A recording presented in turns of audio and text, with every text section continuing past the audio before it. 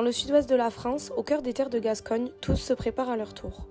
Les villages s'animent, partout, on installe, on dresse, on repeint. Mais une seule musique résonne depuis des générations. Elle n'est pas seulement faite de notes et de cuivre, mais de ferveur, de passion et de tradition. Ils ne sont pas connus ni médiatisés, et pourtant ils font vibrer des rues entières. Chaque été, lors de chaque fête, ils arrivent en bande, ils jouent fort, et sans eux, ce ne serait pas vraiment la même chose. Ce sont les bandas. Nées dans l'après-guerre, héritières des fanfares populaires et inspirées des peñas espagnoles, les bandas sont devenues l'âme sonore de nos fêtes. Elles rythment les journées, font vibrer les arènes, animent les rues et réveillent les villages. Rien que dans les Landes, on en compte aujourd'hui plus d'une trentaine. Elles portent des noms chantants, los Fayenses, les Divinos, les Biberons. Et derrière chaque nom, des visages, des histoires, des emblèmes, des représentants de villages et des musiciens unis par la joie de jouer ensemble, depuis plus de 60 ans. Mais quel est donc leur secret pour traverser le temps sans jamais s'essouffler ? Comment ces bandas parviennent-elles à traverser les générations, à rester vivantes et vibrantes, tout en s'adaptant aux évolutions culturelles et technologiques de notre époque ? Pour le comprendre, nous avons suivi deux musiciens que tout lie, la musique, la passion et le sang. Michel et Bastien, un père et son fils qui incarnent à eux deux cette transmission vivante. À travers leurs histoires, c'est celle des bandas qui se racontent. Je m'appelle Michel Tastet. J'ai maintenant 70 ans. J'ai commencé la musique à Samadé à l'âge de 8 ans. Et à 14 ans, je jouais dans la banda Los Fayenses. Je m'appelle Bastien Tastet. Ça fait, je dirais, 20 ans que je joue dans la banda. Je pense depuis l'âge de 14 ans, en étant rentré à l'Harmonie Junior. Derrière là, au fond, Ouais, le papy. c'est mon père. C'est beaucoup d'émotions. C'est grâce à lui que je suis allé faire de la musique.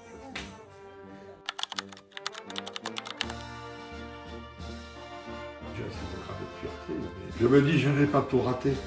Je n'ai pas tout raté parce que finalement, je leur ai donné le goût de cette musique et de faire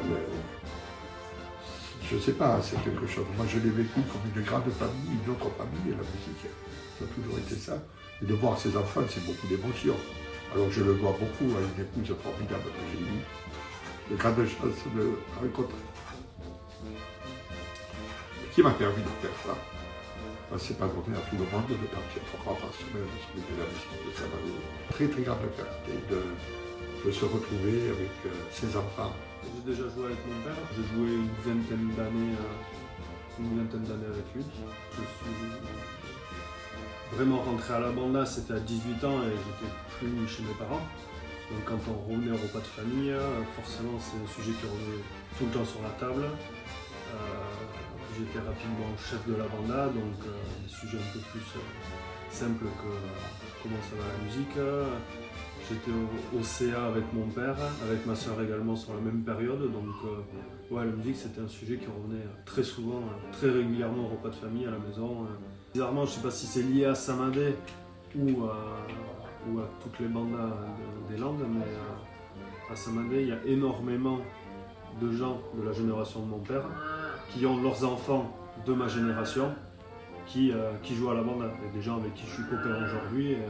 Je dirais pas qu'il y a la moitié des gens qui sont en famille à la banda, mais je pense que moins un tiers des personnes présentes à la banda jouent avec un membre de leur famille. Donc c'est quelque chose de très répandu. Quand je serai grande, je voudrais faire de la musique comme mon papa. Ce qu'ils aimeront, ça sera à eux de choisir s'ils veulent poursuivre ou pas. Mais je sais qu'Alba déjà, elle a déclaré une banda, elle chante, elle danse, elle est trop contente. L'apprentissage de la musique développe d'une autre manière l'esprit.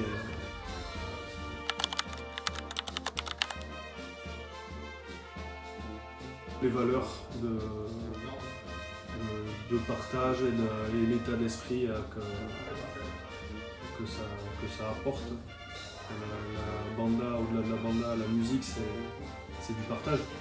On partage des émotions ou de l'envie de danser aux gens, donc on partage encore ça aujourd'hui.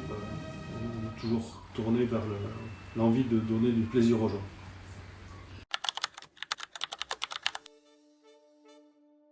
On écoute beaucoup, on sort tous dans les fêtes sans forcément entendre des bandas, mais entendre des sonos avec les musiques actuelles on voit les gens chanter, danser.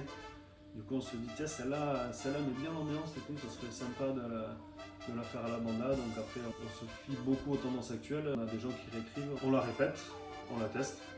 Si ça marche, on fait la saison avec, de façon.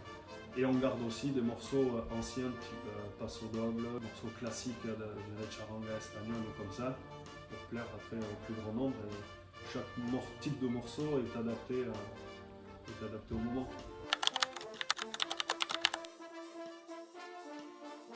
Depuis quelques temps, avec la nouvelle génération qui est arrivée, donc qui est très plateforme de streaming et tout ça, on a tous les CD qui ont été mis sur YouTube, Deezer, Spotify. Aujourd'hui, une banda ne joue plus seulement dans la rue, elle joue aussi sur les réseaux. Instagram, TikTok, Facebook, ces plateformes sont devenues des outils essentiels de visibilité. On y publie des vidéos de prestations, des annonces de dates, des contenus décalés ou humoristiques. Cela permet de fidéliser le public, de se démarquer des autres groupes et parfois même de se faire repérer par les organisateurs d'événements. Cette transition digitale, souvent impulsée par les plus jeunes membres, participe à renouveler l'image des bandas.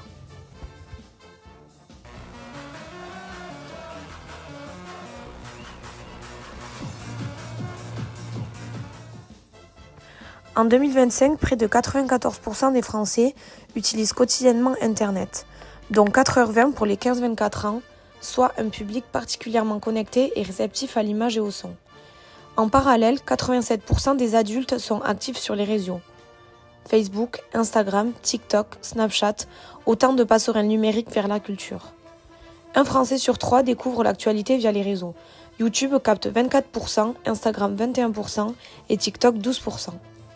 Dans ce contexte, les bandas, en valorisant visuel, rythme et spontanéité, ont tous les atouts pour percer sur ces plateformes, toucher un public intergénérationnel et revitaliser leur impact culturel.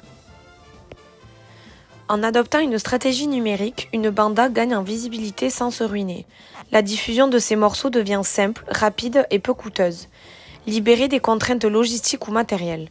Ce canal direct favorise une écoute élargie du Sud-Ouest jusque dans des régions inattendues. En parallèle, le numérique redéfinit les équilibres de l'industrie musicale.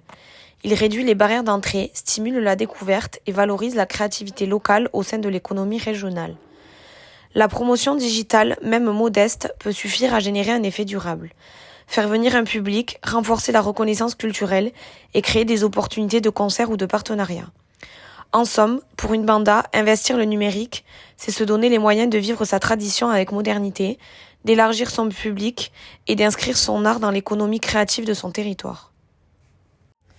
Si les bandas sont souvent portées par des associations à but non lucratif, elles n'échappent pas à une logique de stratégie commerciale. Il faut se faire connaître, se démarquer et être choisi parmi des dizaines d'autres formations. Pour cela, chaque banda cultive sa propre identité de marque. Nom, visuel, costume, style musical.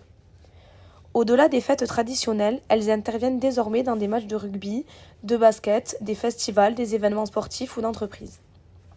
Certaines développent des partenariats avec des marques, souvent locales ou issues de l'univers festif.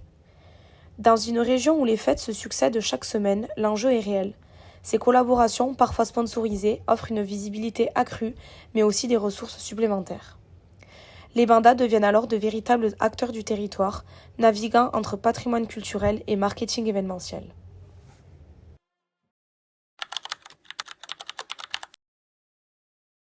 Une année, il m'appelle au téléphone, les Fayences. Il faisait la musique tranquille, comme faisait la Pampelune, tu sais, qu'on jouait des choses comme ça. Il y a un mec de l'escalier 6 qui prend un cahier de musique d'un musicien. Et il dit, ah, vous jouez ça, et vous allez le jouer maintenant.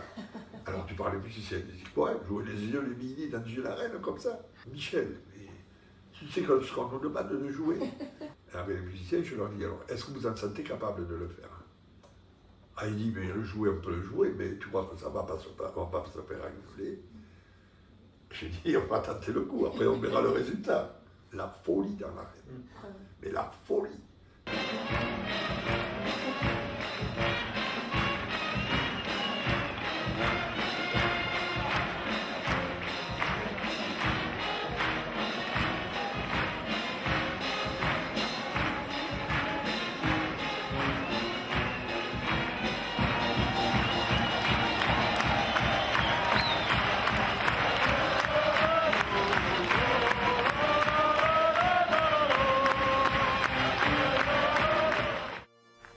La fête est finie, le sol est couvert de confettis, les instruments sont rangés, les rues retrouvent leur silence. Mais quelque chose flotte encore dans l'air. Une chaleur, un éclat, un rythme qu'on n'oublie pas.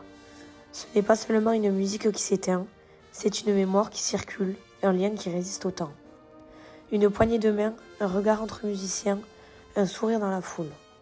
Être une banda, ce n'est pas juste jouer, c'est faire partie d'une histoire. Une histoire faite de souffle, de fatigue, de complicité. Peut-être est-ce ça être une banda, laisser une trace qui fait vibrer encore.